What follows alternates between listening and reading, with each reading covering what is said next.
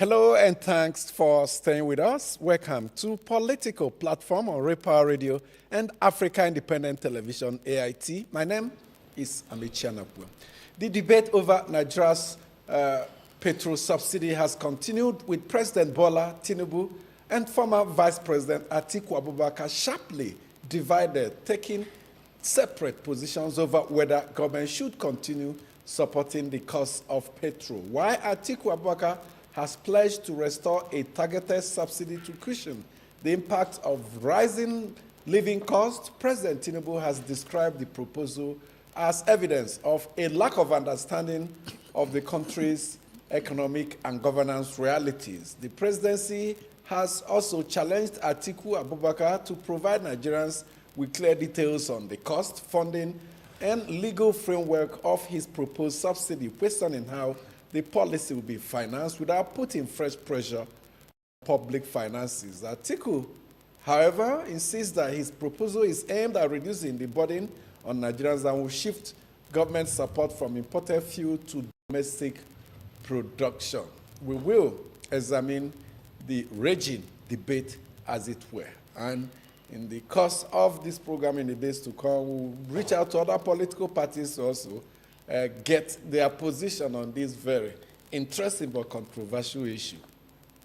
Anyway, more controversy has continued to trail remarks attributed to the chairman of Kuje Area Council in the Federal Capital Territory, Abuja, Danjuma Shekwolo, after a viral video appeared to show him telling residents to support the All Progressives Congress or leave the council. But the Kuje chairman has now clarified his position, saying the statement was taken out of context and made during a meeting with APC youths and loyalists. Shekwolo says he has no authority or intention to infringe on the fundamental rights of any resident, pledging inclusive governance perspective of political, religious, or ethnic affiliation. We will offer perspectives, and so much developing in the polity. I will give you not just the report on this program, but with that analysis that will give you an understanding of these issues. My colleagues are here with me, as usual, Ujo Ejeye and Sholaja Isimi. Welcome to the program. Thank you, Amici. Welcome to our viewers and listeners. Thank you. Thank you. And we start with the Kuje Area Council chairman, the controversial statement he made. He has provided some clarification. Are there enough? Before we get to the clarification, let's take you through his initial statement that sparked controversy. I'm not fighting with you. The competence I'm saying is, you know why? I cannot have minister and president doing for us what they are doing. Then on the day of election, you now come and say you want to match me. I will not.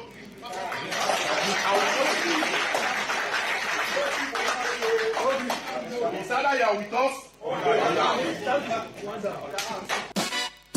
While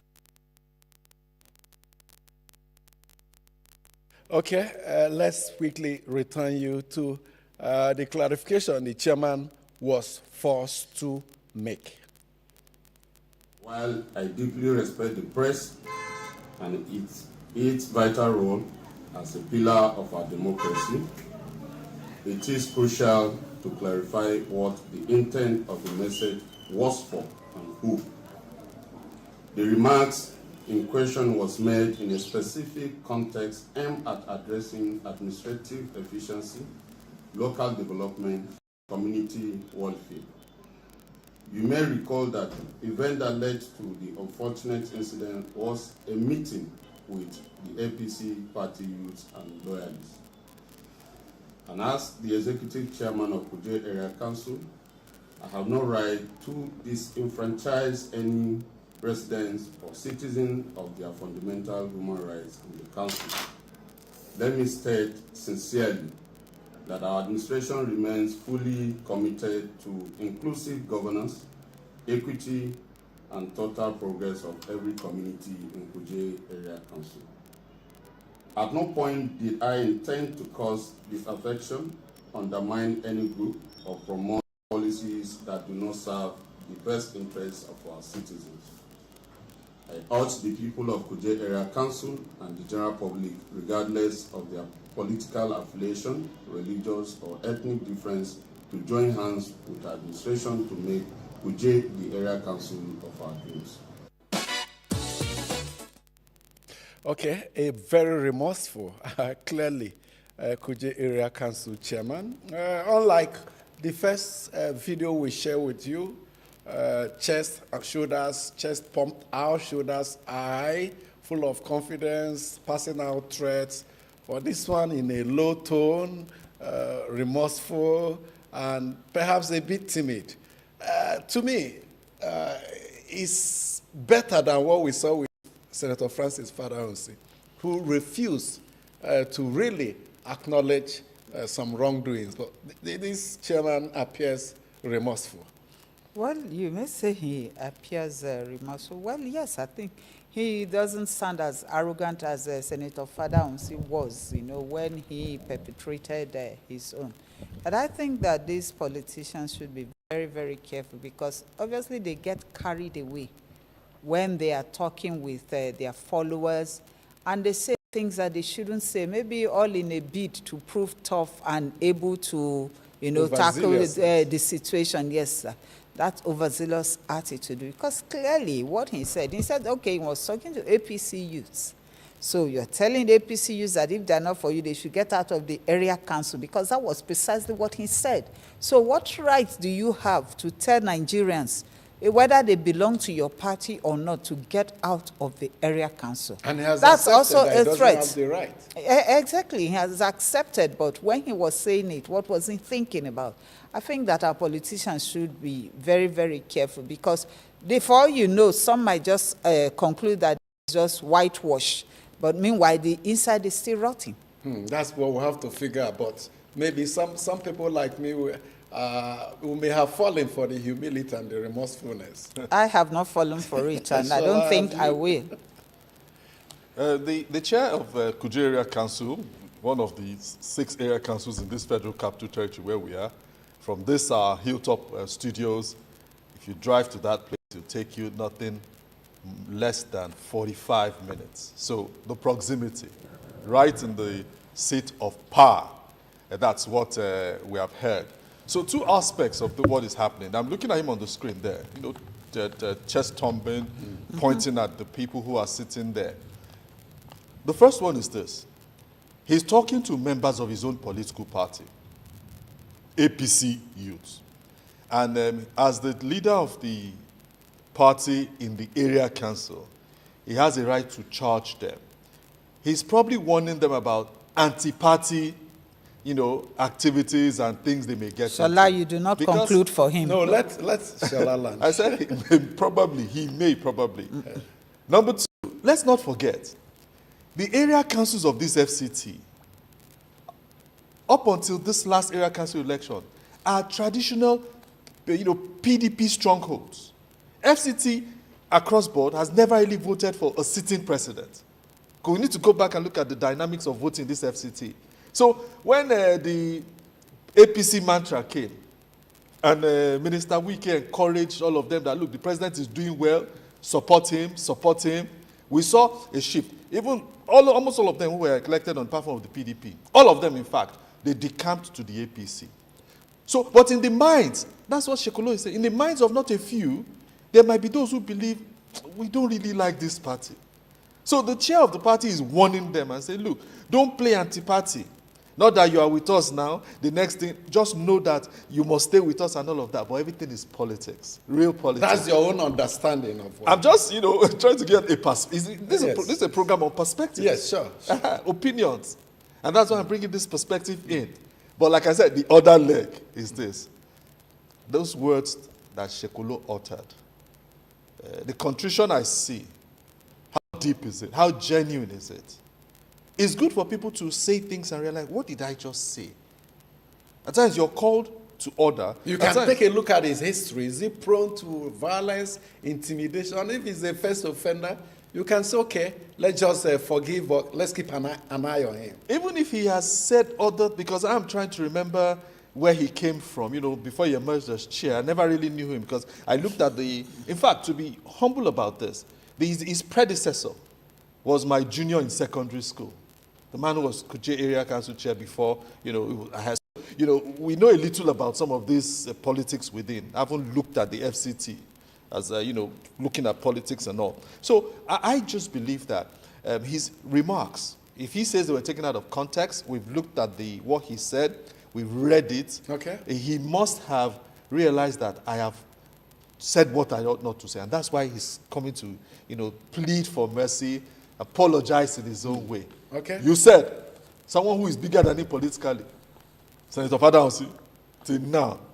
And the man is dancing clean. And that was also a strong PDP man who only decamped to APC just recently. Okay, Uju may differ from your She has already expressed her separate opinion. Yes, because you see, we said that politicians as leaders say these things, and they don't know how far what they say goes. And then by the time they realize, oh, I have said what I shouldn't, they now want to look for a way of mending fences and, but it is not enough. We saw him clearly. We heard him clearly saying, look, is either with us or you're not with us. If you are not with us, it's better to leave the area council. Now you get Abuja. How can you ask him to leave? Even if they are party members. Exactly, even if they are party members. Even if they are members of your family, you don't have the right to banish anybody. Yes, they are first and foremost Nigerians. So you want to banish them. You want to send them out of Abuja because they are not with you. What gives you that right? What constitution, apart from the Nigerian constitution, gives you that right? I think that politicians should get their mouths, if I may put it that way. And I have heard the same things They should coming think from before they talk. Coming from Kogi State. It's happening in a lot of places. A lot of APC aspirants, I didn't name names yesterday, are using the same tactics in different. I am going to try and get those visuals. Okay.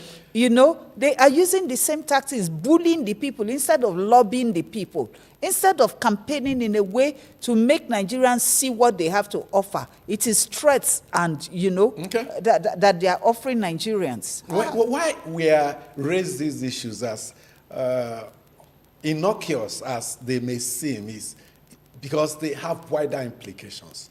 When Olusegun Obasanjo in 2007 said this election is due or die, we didn't record huge number of deaths, but we saw the desperation in that election, the impunity that was perpetrated in that election, to the extent that the winner of that election, late President Umaru Musa Yar'Adua, accepted that it was fraudulent.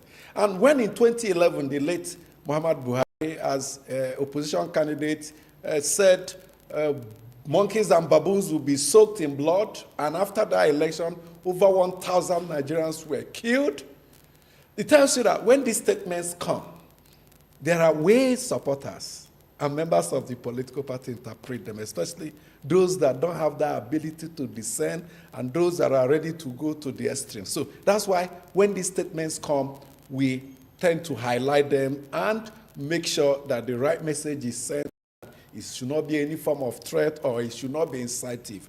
And when President Bola Tinubu said recently that all is fair in politics, I said here, no, you cannot. You're quite wrong, Mr. President, with due respect. All is not fair in politics. Even wars are guided by laws. So if wars are guided by laws, politics should also be guided by not just laws, but some tenets, some doctrines. And so it's quite gratifying to see the Kuje Area Council man try to take back his own word. I get back to Shola, but let's expand the scope of this discussion. Our court party is not taking it lightly, despite his remorse. They're insisting that the security agencies should indeed do their work. Let's take a listen.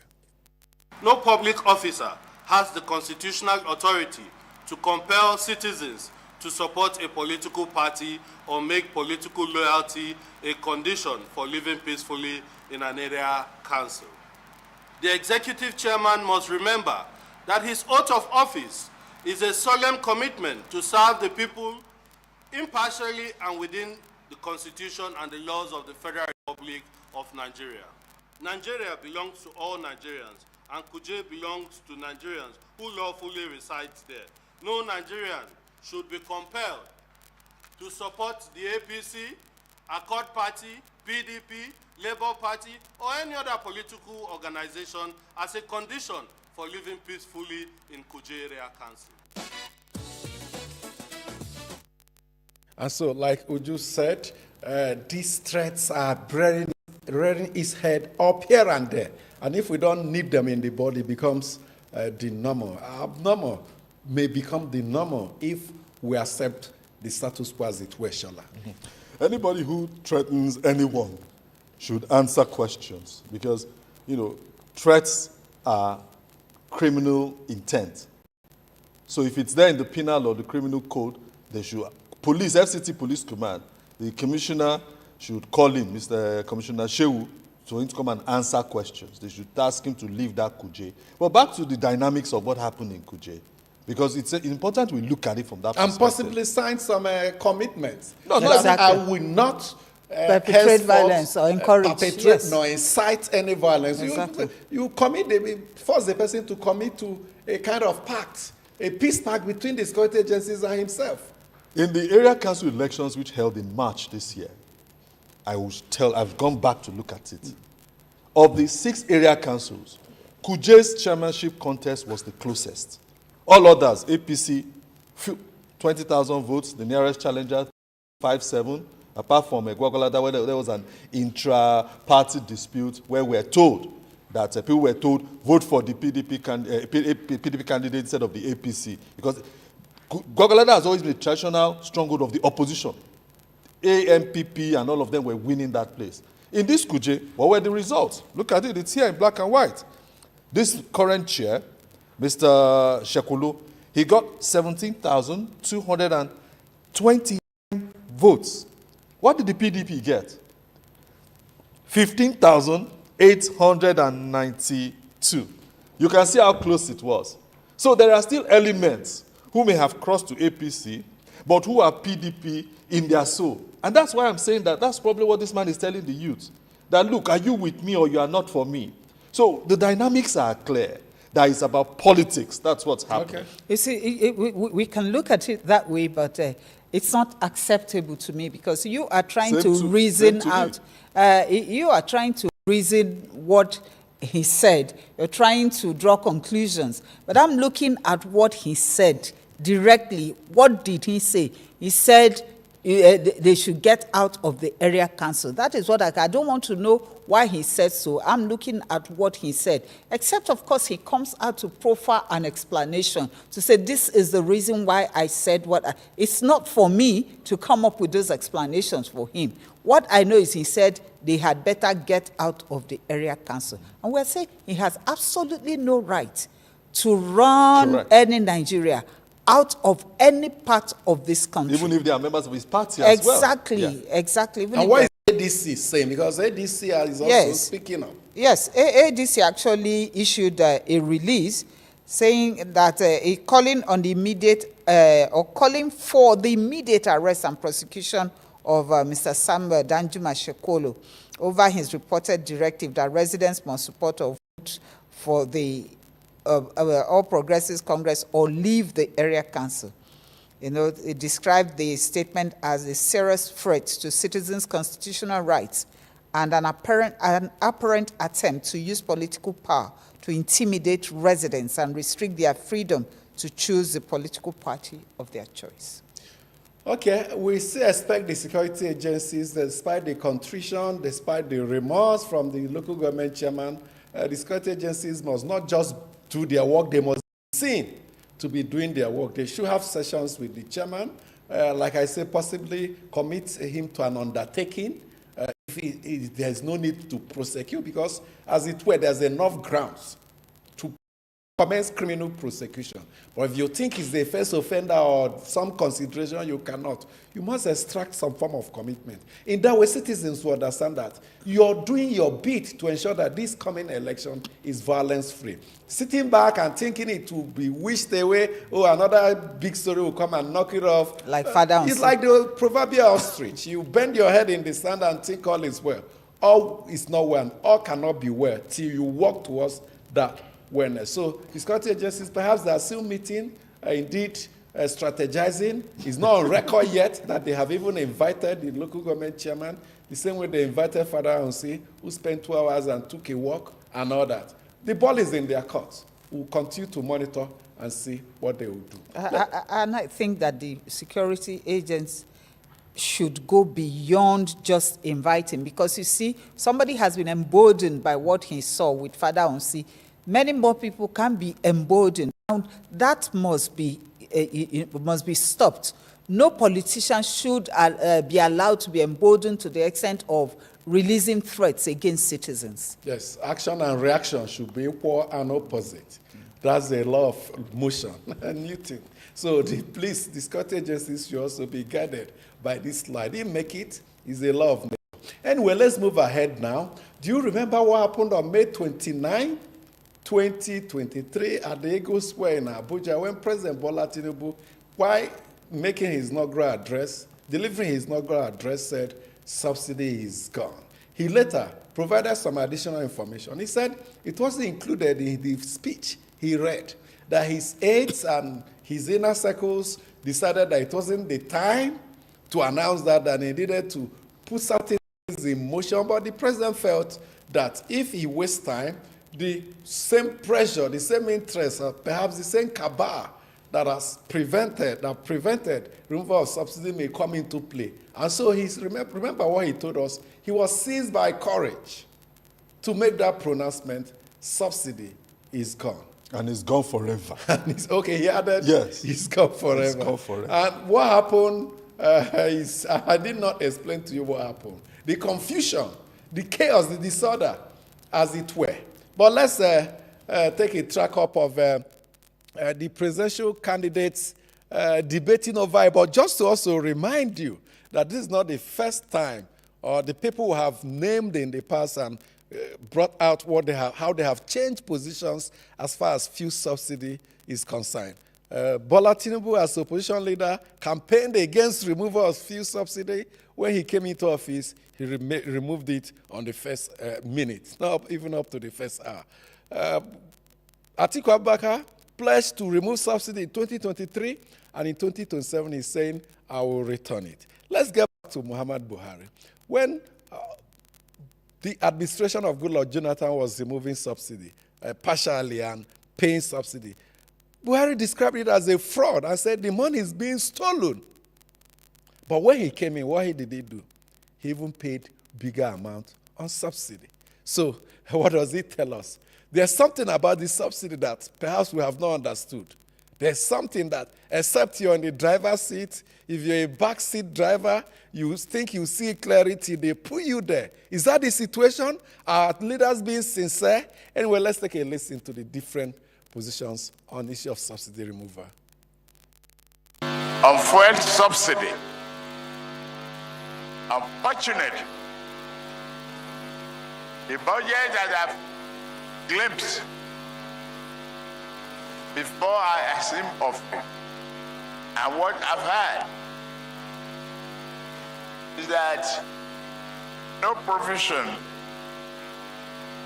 is there for fuel subsidy. The fuel subsidy is gone. I want to repeat categorically that what I said, I will return subsidy, I will. And Nigeria is rich enough to look after the welfare of its citizens.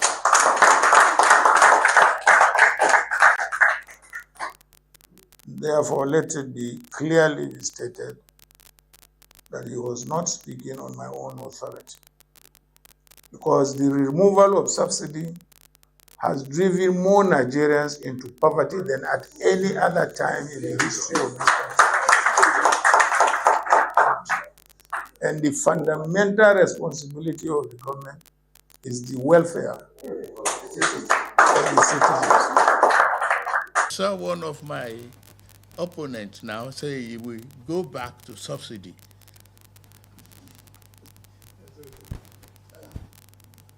I read it. That is demonstration of a serious ignorance on governance and economy. Before I came here, 27 states are unable to pay salaries. Not to even talk of pensioners, salary of workers. In your state, I know a man that raised, whose nickname half salary. They come to the federal, cap in hand, unable to do anything. The salary you pay feeds families. Mismanagement of the proceeds should not be the reason for not removing it. What we should have done is that when we remove subsidy, we would have given the people alternative usage for the subsidy. What we have today is that that removal and the attendant resources being recovered is also being mismanaged and stolen. For example, we have received, according to them, 16 trillion. We will, I said it before, go to my manifesto and say I will remove subsidy. We'll do it in an organized manner, and whatever we recover will be invested appropriately. And I just give you an example, because you have no time. Let's say you remove subsidy, and you decided number one thing a nation needs to develop is health. And today, our health is very poor, our primary health care is very poor, where we are now have more maternal and child issues than countries like India. Interesting debate. Did you notice, for those watching on our YouTube stream and on AIT, the surprise, the consternation on the face of the president when he was saying he read his opponent talk about the reintroduction of subsidy, just practically couldn't believe it. And I was wondering the expression on the face of the then President Goodluck Jonathan when there was a massive protest across Nigeria in 2012 against removal of subsidy. Would have said, do they understand what they are doing? Do they even understand what is happening? Interesting times. Let me just say that it's good we have some of this played back for our viewers and those who are listening on Ray Power, for you to also listen and, and get the various perspectives of this debate. This debate is a major debate for 2027. It's going to determine a lot where people stand. If people don't go into primordial considerations, because the issue about petrol touches everybody. So it's either you have more petrol or you do not have enough petrol. At what cost? Yes. What Atiku said, former Vice President, His Excellency Atiku Abubakar, he said something that touched me with regards to the work we do, as media communications people. He disowned one of his aides for what he has called not properly passing the information across on what he said. Because we have two of his aides who are giving perspectives to the earlier comments he made in that Hausa program, Paul Ibe and Frank Shaibu. And the man has come out to say, look, they didn't get me well. I'm expecting others to also look at some of their aides who have misconstrued what they said and also charge them that, look, you didn't get me well. So for the president of the country who is on the hot seat now to be speaking about this issue, it's good. Because, commentaries I've read show that many other things, the president will just push it aside and, hey, talk about it. But this one, even the way the president was moving on that chair, this one touched home. Mm-hmm. And that's why the president of this country is saying that, look, all of you may not understand the dynamics. As at 2012, I didn't understand the dynamics. That was why I was also shouting at Goodluck Jonathan, why do you want to remove subsidy? Now I know how the thing is pinching. I looked at it, and on my first day, I said subsidy is gone. We know that pronouncement really touched many people. Things seemingly scattered. Prices went up. People who had got all sorts of things everything just, the poverty in the land now is as a result of that policy. How he ensures, almost 3 years on now, to alleviate the poverty is another thing. So that rhetoric about more governors have more money, it doesn't touch the Nigerian people. Someone did a breakdown for me. If you add all the public servants in this country, federal, state, and even local government, they are not up to 7 million of a country of almost 220 million. So there are more people out there who don't rely on government, salary, and that shouldn't be a yardstick. So the palliatives are not touching anybody. At least we know Jonathan put up some palliatives during his time, and he had the Shopee, he had all of this. Buhari too started some palliative measures and all. So the Tinubu administration needs to know that this is a real point that will either make the Nigerian people vote for his party or look away from his party and take their, make their choice on who they will vote for. Shola is stirring the hornet's nest by saying other principals should look into what their aides, into their spokespersons say at times. And if we do that, believe me, some persons will lose their job. But what Shola has said is true. It is not about whether you're adding money to the governors. It is about the average Nigerian being able to have the basic necessities of life. Being able to have, if not 3 square meals, at least 2 square meals or 2 meals, whether square or round. Being Even able, if it's rectangular. Exactly. Being able to feed, we're being able to have the basic necessities. Because the God that endowed us with these resources did not intend that we'll come and be suffering like this. Look at what people are going through. He did the mathematics like somebody helped him to calculate. Just 7 million in the civil service out of over 200 million. So you imagine the number of persons that are out there in penury, abject poverty, suffering, to the point that Nigeria took over from India to become the poverty capital of the world. I mean, this is unacceptable. For a country so blessed, a country so endowed, and you're referring to us as the poverty capital of the world. How shameful. And all because of the mismanagement that Peter Obi talked about. He's talked about mismanaging the proceeds from removal of a subsidy. That's another debate. Okay. Let's not go there. But he talked about, he said it's not the removal of subsidy that is the problem, but the fact that the proceeds are not well managed. And of course, Bola Tinubu, who did not support subsidy in the past, became the person who implemented subsidy removal.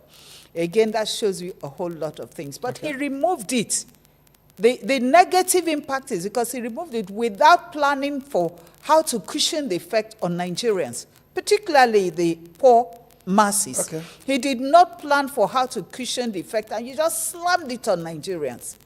And you have the spiral effects on Nigerians, on the economy. A whole lot of things have gone wrong. And not just the removal of fuel subsidy. When a few weeks later, the Tinubu administration also floated our currency. I said, exactly. Do they really understand what they are doing? Did they imagine the impact on lives and livelihood? The two policies coming out almost at the same time? We have seen the result anyway. Weightless currency. Yeah, let's take you back to the Jonathan era, that 2012. The governors were in a meeting variously, at various times with President Goodluck Jonathan then at the Soro Presidential Villa Abuja, encouraging him to increase the prices. It wasn't even subsidy removal. Increase the prices of petroleum products. We need to save more. Why were they doing it? They needed to have more money shared in the federation account for them to go and spend the way they liked. They were able to convince Jonathan to remove the subsidy. When the protests came, when the backlash came, they ran to their states and left the president, Goodluck Jonathan, alone in Abuja to shoulder the consequences. He saw his government threatened, and he had to backtrack. At one point, he was asking, where are the governors? The governors that encouraged you to remove the subsidy. Well, that was a lesson. Perhaps President Tinubu didn't quite draw from it. Today, the governors are the biggest beneficiaries, if they are not the only beneficiaries of subsidy removal. They have come out openly to accept and confirm that they are getting much more. They are getting much more to spend, and they are spending lavishly. Now, what happened? They are getting more, But they're not. The hope of the president is that the spending will impact positively on the people. It's not happening. And so the backlash is not on the governors. The backlash is on the president. If your wife gives birth and you don't have money to pay hospital bills, oh, Tinubu, if anything happens to you, Tinubu, the president will be wondering, why are they not bringing the governor into it? That's why you see this narrative from Aso Rock Presidential Villa Abuja. Hold your governors to account. They are getting so much. But it appears Nigerians are not listening to that. They are still pointing at the president. You're the one that removed the subsidy. Because he's the commander-in-chief. At what point can the governors, who are the biggest beneficiaries of either increase in pump price of petroleum products or outright removal of food subsidy, at what point do we hold them to account? You hold them to account from every point, you know, because apart from even the extra that they are receiving from the removal of fuel subsidy, before then they had whatever it would have taken to make the lives of Nigerians better.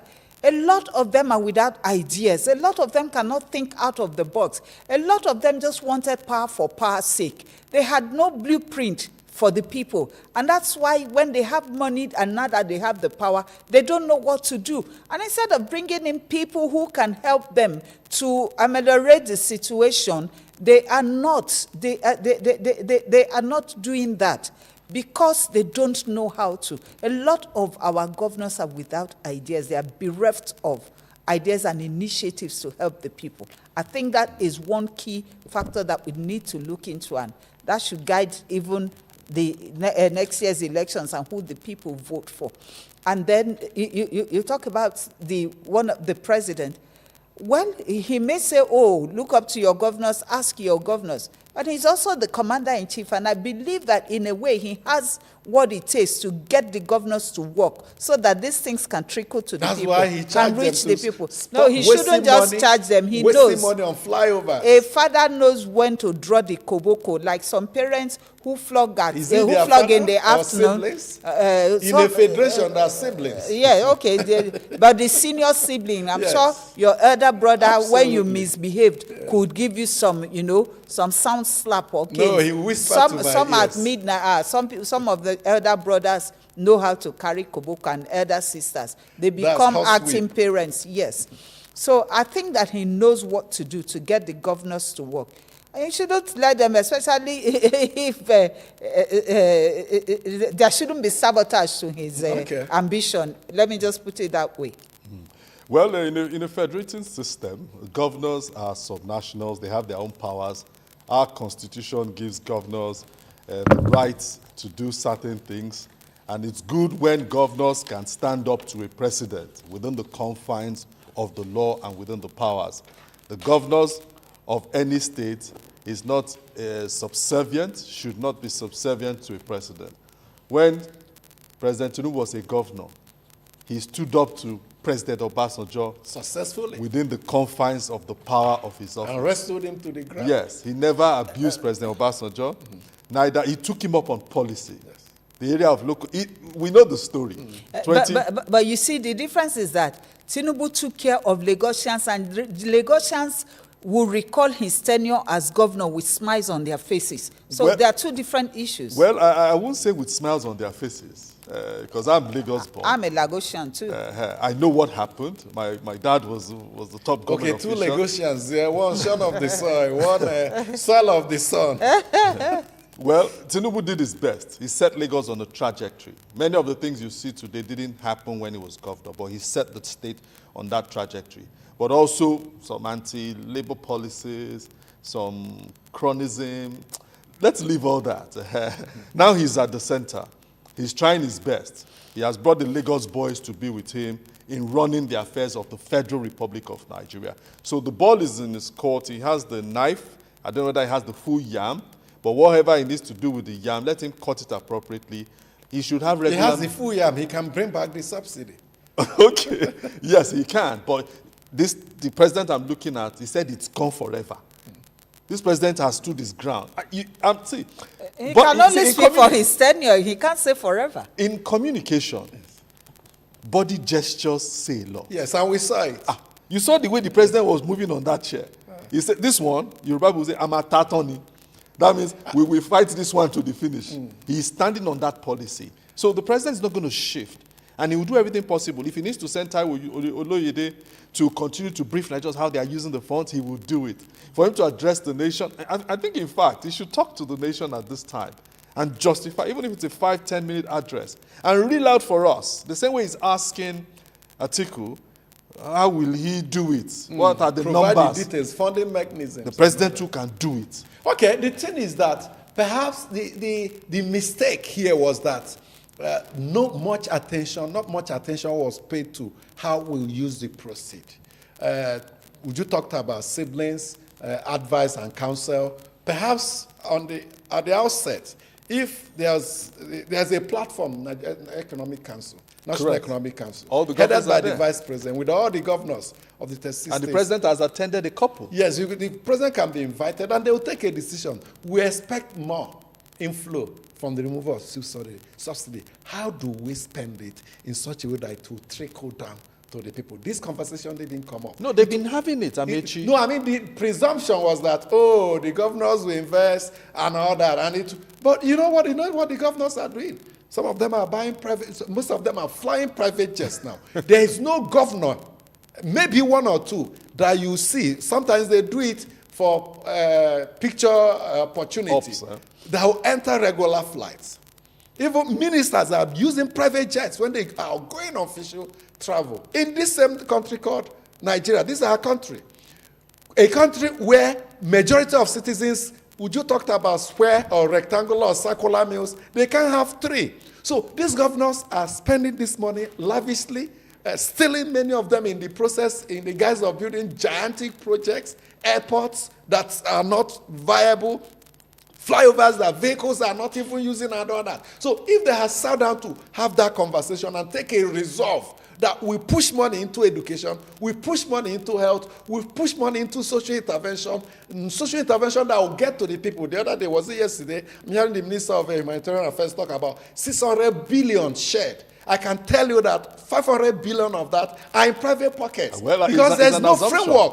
framework to even verify these payments. So that conversation was necessary to make sure that it trickles down. Now, it doesn't trickle down.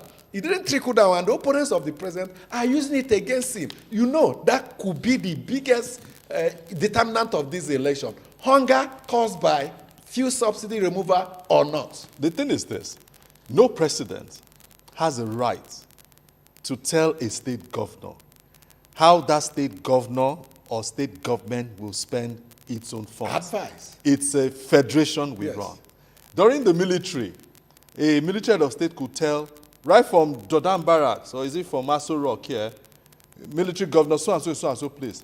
Channel, I went to your state, I came on a state visit, channel so and so percent of your funds to health. The people are military. In this dispensation, no president has that And as right. I said, they resolve. They will agree amongst themselves. So it's in left. a brotherly, fraternal way. The question we need to be asking is very fundamental. The houses of assembly, what's their role in all of this? Those are the people we should be looking at, because that we focus on the governor. Who are the people populating state house of assembly? Look at in one of the states a couple of days ago. Someone said, I don't want to be speaker again. He resigned.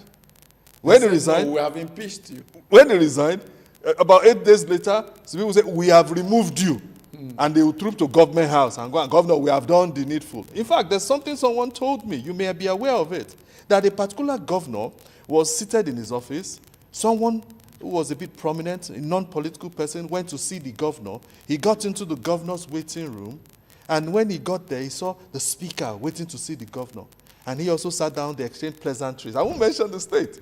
Pleasantries exchanged. Then the governor's aides came in and called the visitor in, who came in last, to see the governor. And the visitor got in there and said, Mr. Governor, Your Excellency, the speaker, Honorable Speaker, is here to see you. And we're told that the governor said, leave Speaker dear Jare, you came to ask for money. You see where the state legislature have been placed in this country.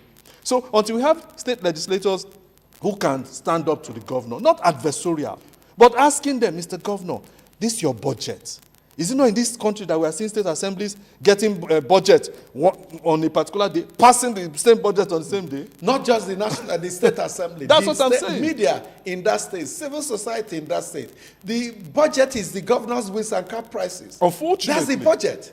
There's no effort, no framework to determine that this is the right way we should spend, and this is how we should spend it, and track the spending. It doesn't exist. But I still maintain that the president can do more than, asking us to call our governors to order or to, ask our governors what they're doing with our money. Rivers State political crisis on my mind, and the way he tackled it, there's always a way. If they want to do it, they know how to do it. It's their game, and they can do it. He can do it. Some people have also asked, what is the federal government doing with its own money? Look at what is happening between the Benin-Abo-Asaba road. The federal highway. And the East-West road. Trapped for days, some people upward of 4 days. And they're saying the federal government is spending 15 trillion on a new road, while existing one is not being dealt with. So as the president is asking us, ask the state governors, what are you doing with your money, with their money? We're also asking him, are you using yours judiciously? It's not even just asking why the existing ones.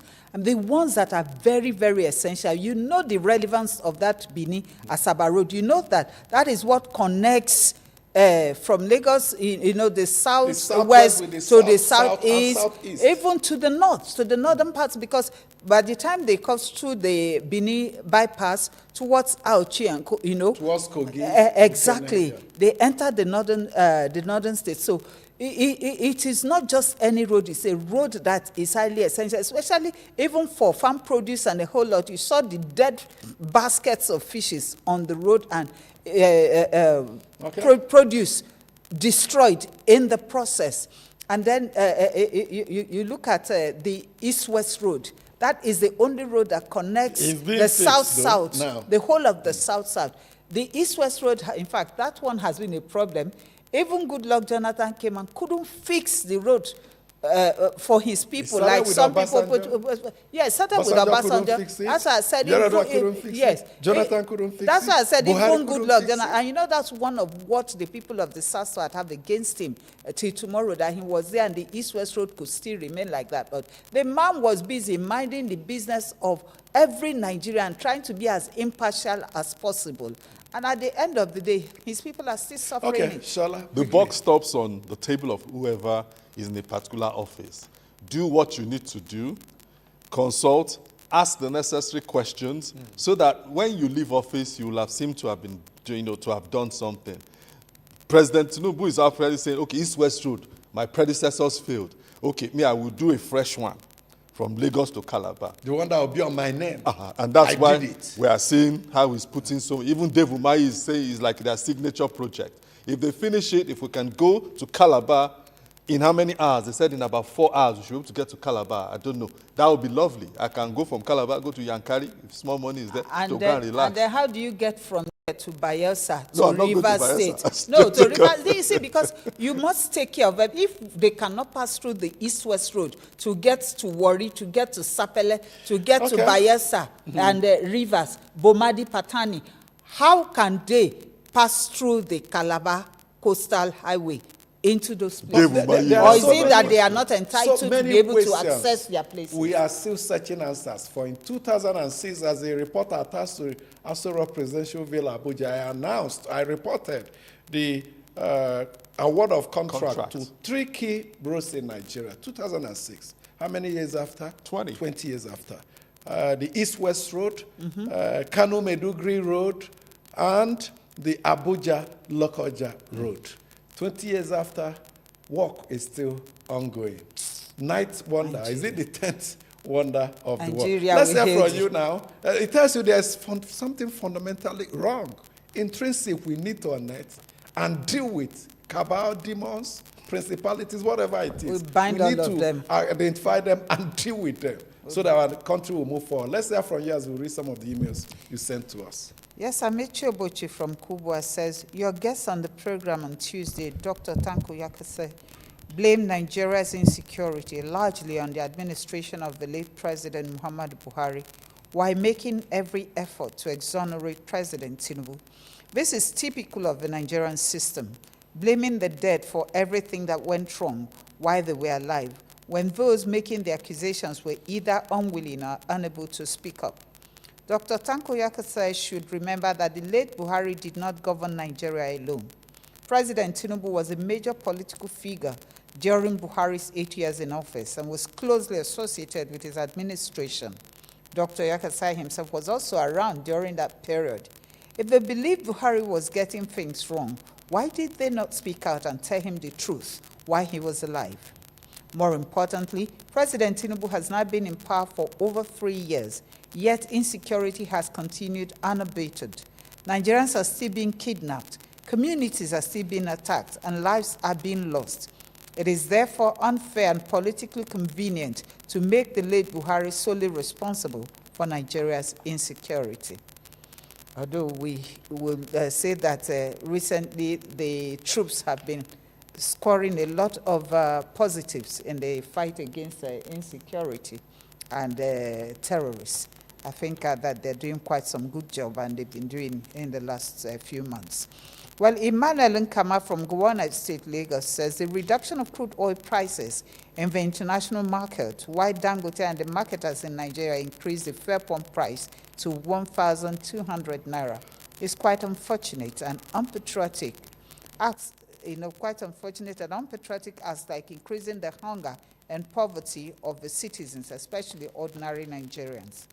If the statement of subsidy is gone by President Tinubu on his inauguration day has brought untold economic hardship to the people, then what's wrong with fuel subsidy will be returned by the ADC presidential candidate Atiku Abubakar to alleviate the suffering of the masses? Here is calling on Nigerians to come out en masse and vote in the coming general elections for whoever they feel will do the needful to address hunger, insecurity, and other social malaise in the country. Okay, Emmanuel Lede is written in from Madala. Madala is in Niger State, just bordering the Federal Capital Territory where we are. He says, I want to use this medium to appeal to the Inspector General of Police to arrest, investigate, and prosecute the Kuje Area Council Chairman, Mr. Danjuma Shekolo, who allegedly issued a warning to residents residing in the area to leave if they are not going to be voting for APC in the forthcoming general elections. He should be informed that the Nigerian Constitution gives every Nigerian the right to movement and association, irrespective of where he or she is residing. If no punitive action is taken by the authorities against him, then we should be ready to face more threats from so many quarters before, during, and after these coming elections. Thank you so much for the mails. Please do keep them coming. Thank you also for being part of the program today. On behalf of Shola Jasime and Uju Ejeye, my name is Amechi Anapue. Have a good day.